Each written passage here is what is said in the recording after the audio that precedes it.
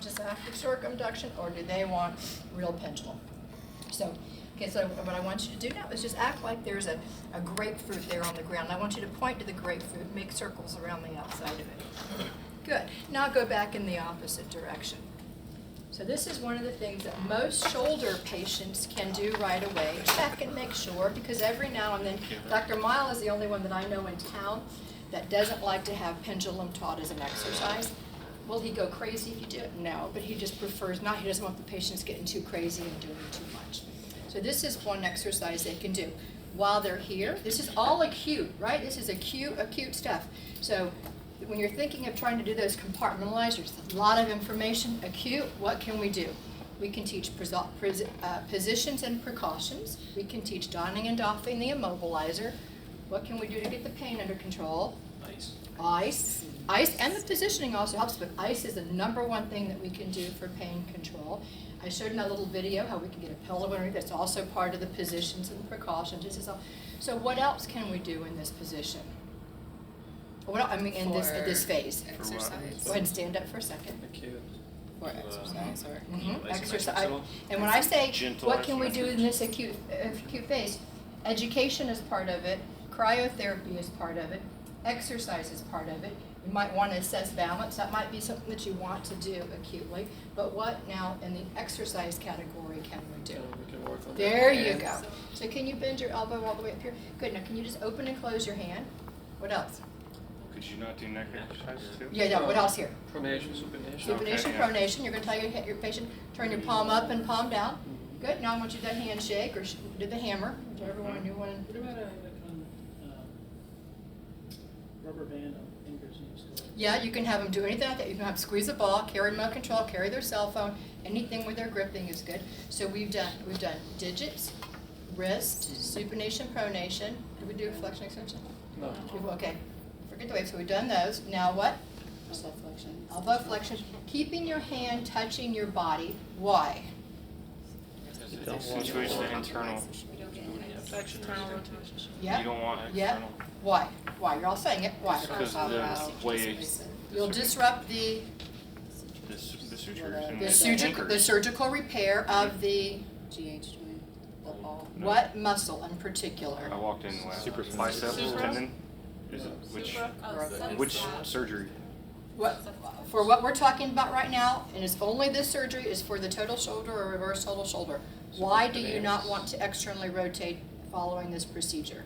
Oh, you pop it back down. Dislocated. What There's anterior muscle? and superior. Infraspinatus. So this can be Pecs. Infraspinatus. rotator cuff. Subscap. Oh, See? But here's how you know because you knew it. Well, I show it comes across the inside. They take it down, put it back on. But when you're not allowed to externally rotate, why would you not be allowed to externally rotate? Construction.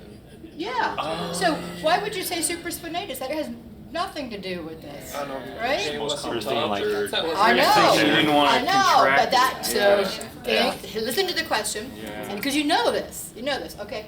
So if this patient had a torn supraspinatus, they were in an immobilizer because it was like a full thickness tear.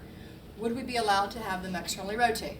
Yes. Yeah. No more You could than have depth though. Whatever their 20, protocol. 30 degrees. Yes. Well, we'll talk about now, for the purposes of what we're doing in practical, I don't want you to get caught up in all the precautions of all those things. Total shoulder, reverse shoulder, I want you to know subscap's taken off, you can't externally rotate, that's part of your education. I do not want you having your hand leave your body, you will disrupt this repair and your surgeon will be very mad at both of us, right? So you don't want to do that. That will require another surgery. So you don't want that to happen. So that's the most important one. We'll talk in a second about precautions with other ones, but just kind of vaguely. So that's the most important precaution. So what can they do? Acute for a total shoulder, reverse total shoulder, what can they do? Elbow flexion extension. Everything at the hand. Everything that we just did. So you can do Neck. neck. The cold therapy. You're instructing precautions. You can assess their mobility of their Work backs. on the other arm. That's you could do well body. Now I will tell you there have been research studies that have shown that opening the refrigerator door with the contralateral side causes micromotion and could cause a potential risk of failure of the surgical side. So the stick on that door is even enough to cause some of that. But you certainly can you feed yourself? Can you get get yourself dressed? Do those acts? So with the left hand, I wouldn't be able to open, like, go and open a Yeah, refrigerator yeah. door? You advise them to really limit what they're doing, even with the left Anything side. really with force, then Right, basically. right. Okay. So that's total shoulder in reverse. Don't get that caught up into all of the other shoulder injuries. You have slaps, right? Let's talk about slap. What's a slap? Superior, lateral, anterior, posterior. Posterior. Interior. So- It's really the clock, so. So we have total shoulder and reverse total shoulder. It's called a, hold on, I want to begin. Okay, so next one is slap. What is this one? Superior lesion on top. Anterior to posterior. Not lesion. Superior labrum. It's a torn labrum. Superior labrum. Labrum. Anterior to posterior. Where? Top half. On top of the labrum. 10 o'clock to 2 o'clock. Okay? Anterior Next. to posterior. You got Hill Bank sacks. Okay, so Bank Hill sacks card. and, Bank card. okay, so that's for what? Bank card. What causes that? Dislocation. Dislocation, or- subluxation, Or instability, yeah. right? Instability, all the same. Or you can have traumatic, you can have recurrent. This is another category, Your Hill sacks and bank card are all caught up in Okay. here, okay? Okay. Rotator cuff. Yep. There you go. Yep. Those are your primary ones besides a fracture, and fractures are all treated a little bit differently depending on what part of the bone is fractured and what they do about it, right? Yeah. What we just did here, active range of motion, elbow, wrist, and hand, positions and precautions, cold therapy, mobility, well body exercise, making sure they can do their ADLs are good with any of these. This one is different because it has the no external rotation, right? Depending on the size of the tear here and where this is, they might come home in a gunslinger or a big abductor pillow, not like this one, but a big one. If they have a torn subscap, right? Subscap comes across here, comes to here. In order to get that repair to close, they have to elevate, right? It is really in the plane of the scapula. It will approximate those two torn edges. They pull them together. They suture them, double row or not. They suture them together, or sometimes it's like a pants over vest technique like this. But they pull them together. They put them in a gunslinger. You go to see them and say, oh good, I remember Dr. King said that we want to be able to get that hand down to do your elbow flexion extension, so you take the big cushion off and you do this. No. Right, why not? Because now you're yanking Yes, on that you tendon. have just done this to that repair. So if you see a patient in a gunslinger splint or brace, or in a big abductor pillow, do not remove it. All right, do not remove it. For subluxation, dislocation, bank card, Hill sacks, when they go in to do their repairs of all of these, what's the most important thing after this procedure? Not to go in the direction What that exercise? caused passive. For dislocation, External, internal rotation. Nope. Keep guessing. It's not motion. Motion's what caused the repair, huh? Isometric.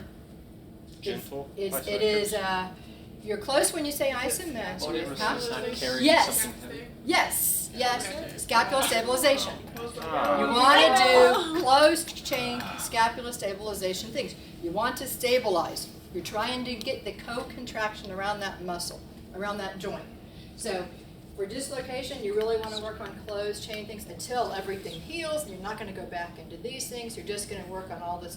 This is all stability stuff here. The slap are now so predictable in the hands of the right surgeon. This might be associated, what comes right up here? Bicep. Yeah, good. Yeah, so sometimes this is associated with a biceps tear. If they tear the biceps, what are they going to do? What's the surgeon going to do? Gonna pin it back down. He's going to make a decision on if he wants Well, to if, yeah. repair it or Not leave it alone. leave it alone. So they might have, if they repair it, it's called a biceps tenodesis. You heard that term? Mhm. Yep. Okay. If they do a biceps tenodesis, they have repaired it. A biceps tenotomy, it is open and it is not intact.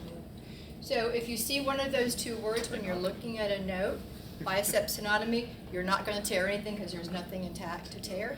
Biceps tenodesis, you want to avoid what? Extension.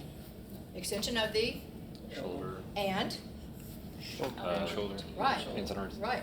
So you want to really. So we tell them usually you want to stay minus 35 degrees. You really you want to avoid that last 35 degrees of full extension.